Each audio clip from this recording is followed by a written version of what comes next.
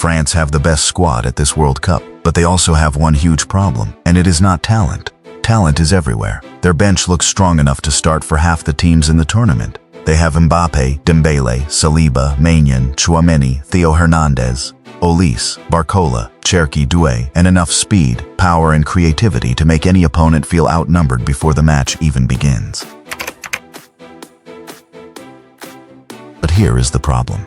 France have had terrifying squads before, and when this country gets the balance wrong, talent does not save them. It destroys them. In 2002, the defending world champions collapsed with 0 goals. In 2010, the national team basically went on strike during the World Cup. In Euro 2020, they were 3-1 up against Switzerland and still found a way to disappear. That is why this France team is so dangerous and so fragile at the same time. If they stay disciplined, humble, and united, they might be the most complete team in the world. But if arrogance creeps in, if egos clash, if the structure breaks, history has already shown us how fast France can burn from the inside. And right now, France do look like a machine. Not a perfect machine, not always a beautiful machine, but a machine built for tournament football. They were drawn into a group that could have caused problems, with Senegal, Norway, and Iraq. But from the first match, France looked like a team that understood exactly who they were. They handled Senegal, they destroyed Iraq, they finished the group stage with control against Norway. And yes, Norway were not at full strength, but that does not change the point. France did what elite teams are supposed to do. They removed the drama before the drama could become dangerous. The scary thing is not just that France can score, it is that they can change the rhythm of a game whenever they want. If the match opens up, they have the speed to punish you. If the match becomes physical, they have the power to survive it. If the opponent sits deep, they have enough creativity to keep asking questions. And if everything becomes ugly, they still have Mbappé, the one player who can turn a dead game into a headline with one touch. No tournament explains the warning better than 2002. France arrived in South Korea and Japan as the kings of international football. They were the defending World Cup champions. They were the defending European champions. On paper, the squad looked ridiculous.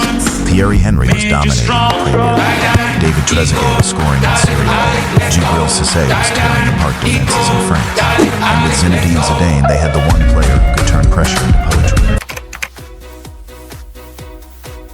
The warning did not end there.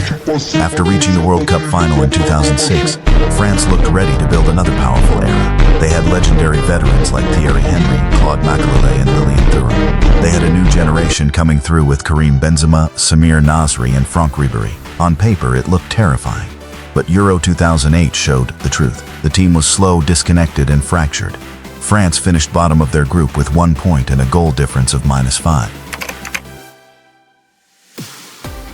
And the most dangerous part is that this is not ancient history. Even at Euro 2020, France found a way to self-destruct. They arrived as world champions. Karim Benzema had returned. Mbappe, Benzema, and Griezmann looked like an attack built in a video game. Most people expected France to walk deep into the tournament. Then came Switzerland.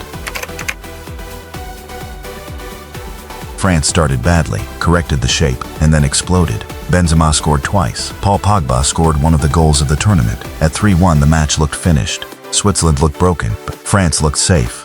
But that is exactly when the old problem returned. The front line stopped pressing. The midfield became exposed. The defense lost connection. The structure disappeared.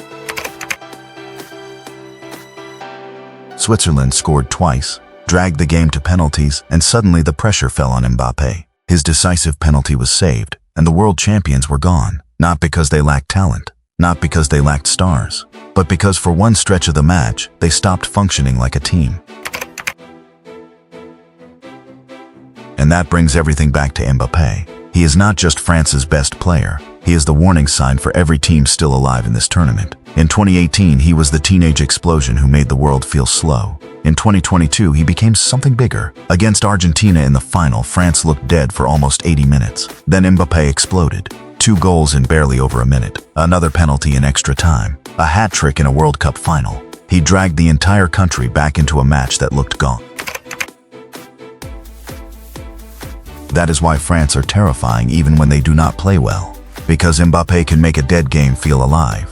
He can punish one mistake, one high line, one defender stepping late, 1 second of hesitation. And now, with the crown missing again, he is not just chasing a other trophy. He is chasing a legacy that could place him among the greatest World Cup players football has ever seen. But this is not only Mbappe's France. That is what makes the squad almost unfair. Mike Maignan has taken over the goal and gives them leadership from the back. William Saliba has become one of the most complete center backs in world football. Calm under pressure, physically dominant, elite in one-on-one situations, and comfortable playing out from the back. Konaté gives recovery speed and power. Upamecano gives aggression. Koundé can defend wide spaces. Theo and Lucas Hernandez bring athleticism, intensity, and width. The midfield is entering a new era without Antoine Griezmann, and replacing his intelligence is almost impossible. But France have different tools now. Tchouaméni brings power and control. Kanté somehow still covers impossible amounts of ground. Rabiot adds physicality and calm. Zaire Emery and Manu Koné bring energy, aggression, and fresh legs. Then comes the attack, and this is where it becomes frightening. Mbappé is the superstar. Dembélé is chaos, unpredictability, and 1-versus-1 danger. Olise and Cherki bring creativity. Doué brings electricity. Barcola brings direct speed. Marcus Thuram brings movement and physicality. Mateta gives them a different profile up front. France have so many weapons that it almost feels like two elite teams inside one squad. But here is the twist. France's biggest strength is also their biggest danger. They have so much talent that the temptation is always there. The temptation to relax. The temptation to believe the match will eventually solve itself. The temptation for every superstar to think he can be the hero. That is where French football has collapsed before. The lesson is brutal. France do not need more stars. They need sacrifice. They need unity. They need the forwards to press, the midfield to protect, the defenders to stay connected, and the superstars to accept that the team matters more than the highlight. If they do that, they can win the World Cup. If they do not, history has already shown how quickly the empire can burn. So yes, France have the best squad at this World Cup. They have the goalkeeper, the defenders, the midfield power, the bench, the speed, the creativity, and the superstar who can decide everything. But France have always been more complicated than talent. Their history is a warning written in trophies and disasters. 1998 showed what happens when discipline gives genius freedom. 2018 showed what happens when superstars become soldiers. 2002, 2010, and Euro 2020 showed what happens when arrogance, tension, and disorder take over. Now the question is simple. Which France is this? The united machine that can suffocate the world, or the talented empire that can destroy itself from the inside? If they stay humble, disciplined, and ruthless, nobody wants to face them. Because when France combines structure with Mbappé, the rest of the tournament has a serious problem.